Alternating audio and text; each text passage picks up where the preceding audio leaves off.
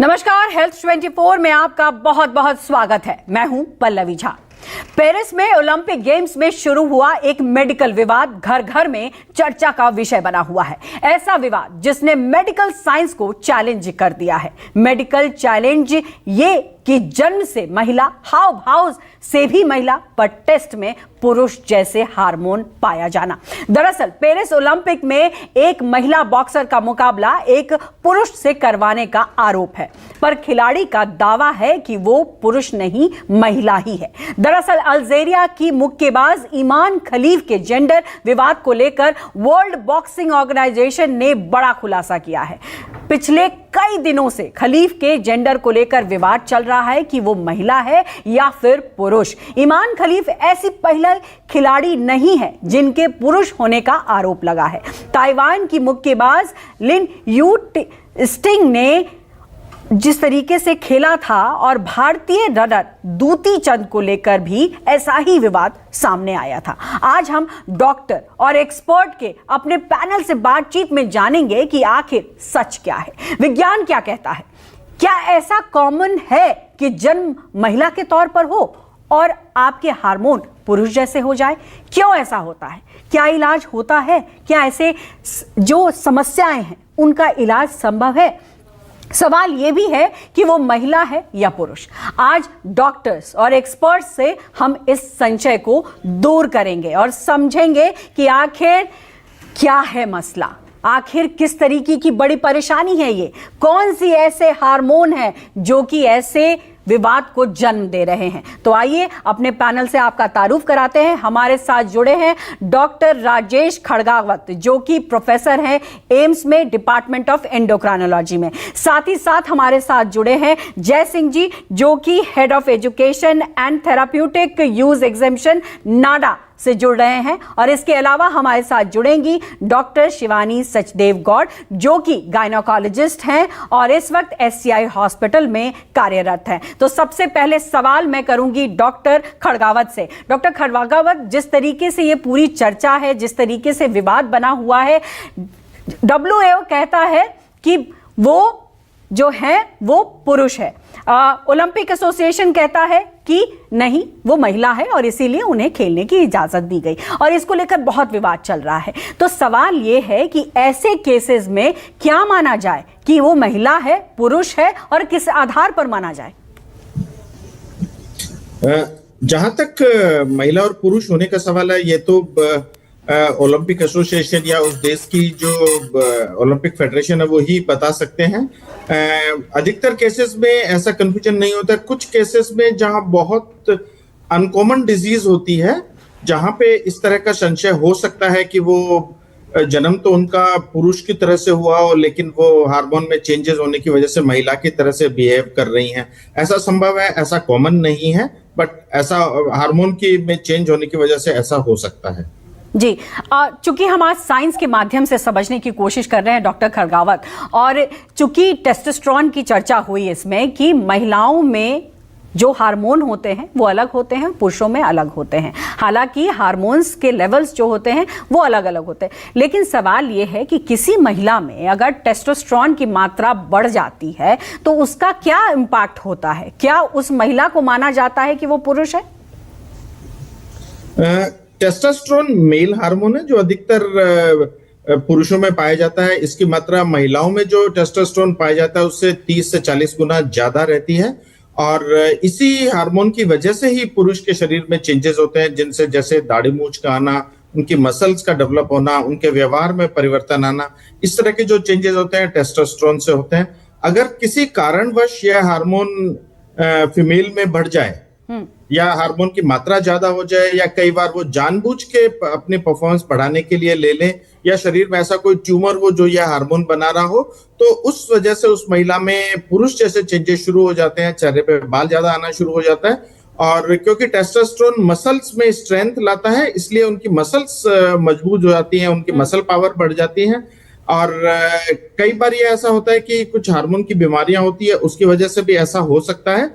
यह कॉमन नहीं है, उसमें टेस्टोस्टेरोन लेवल बढ़ सकता है, और कुछ केसेस में ऐसा होता है कि जिसमें टेस्टोस्टेरोन लेवल तो बढ़ा हुआ होता है, लेकिन वो उसका रिसेप्टर नहीं होने की वजह से वो कार्यरत नहीं होता है, वो काम नहीं कर सकता है, जिसे हम कंप्लीट एंड्रोजन इनसेंसिटिविटी कहते हैं। उसमें हार्मोन लेवल तो अच्छा होता है लेकिन वो काम नहीं कर पाता, तो उनका जो शरीर है वो महिलाओं की तरह से ही होता है। लेकिन यहाँ पर मैं आपसे ये सवाल करूंगी और समझने की कोशिश करूंगी कि जैसा आपने कहा कि टेस्टोस्टेरोन बढ़ने से बहुत सारी चीज़ों में बदलाव आता है, जैसे कि किसी महिला का जो फीचर्स है उसमें थोड़े बहुत बदलाव होंगे, दाढ़ी मूंछ आ जाना आपने कहा, या फिर जो आपकी बॉडी बिल्डिंग है उसमें फर्क पड़ता है। तो क्या अगर इस तरीके का फर्क पड़ा तो उस महिला को पुरुष की गिनती में लाया जाएगा या फिर महिला ही कंसिडर किया जाएगा? उसे गिनती में तो महिला की तरह ही लिया जाएगा, हालांकि उसमें टेस्टोस्टेरोन का लेवल बहुत ही ज्यादा होता है।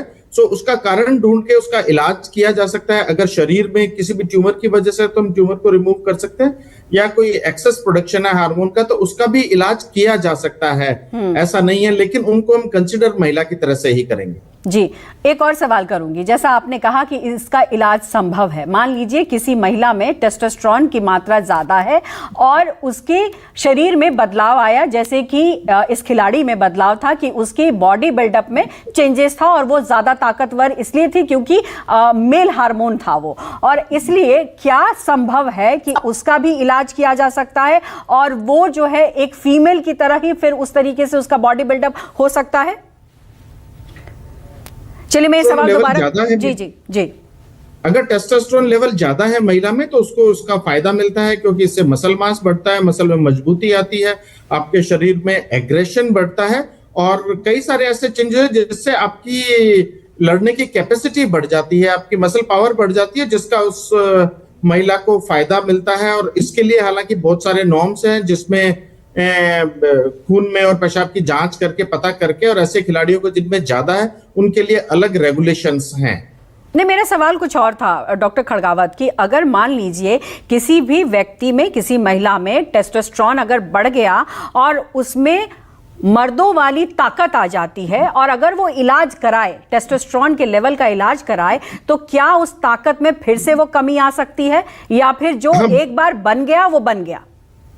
नहीं, उसमें बिल्कुल कमी आ सकती है। और अगर यह देखा कि जो टेस्टोस्टेरोन हम देते हैं इसको हम कुछ महीनों के लिए बंद कर दें तो उनकी जो मसल में चेंजेस आए हैं, जो उनकी मसल में स्ट्रेंथ आई है, वो वापस पुराने लेवल पे चली जाएगी जिस लेवल पे वो पहले से थी जब टेस्टोस्टेरोन लेवल नहीं बढ़ा हुआ था। तो इसलिए अगर हम 6 महीने अगर बंद कर दें इनका हार्मोन तो टेस्टोस्टेरोन लेवल लो आने से इनकी मसल पावर में जो है वो परमानेंट नहीं है, वो टेम्परेरी है, वो वापस पुरानी स्ट्रेंथ पे आ सकती है। जी, बाकी अगर जो गेस्ट हैं उनके पास जाऊं उससे पहले मैं एक और सवाल आपसे करना चाहूंगी कि इंटरनेशनल बॉक्सिंग एसोसिएशन ने कहा कि वो जो महिला है वो महिला नहीं पुरुष है क्योंकि जो उसके टेस्ट हुए उसमें XY क्रोमोसोम हुआ। अभी तक साइंस में यही कहा गया है कि अगर कोई महिला है तो उसके क्रोमोसोम को XX कहा जाता है और पुरुषों में इसे XY कहा जाता है। तो अगर उस महिला के क्रोमोसोम में XY हुआ है तो वो महिला फिर कैसे है? वो तो फिर पुरुष कहलाएगी।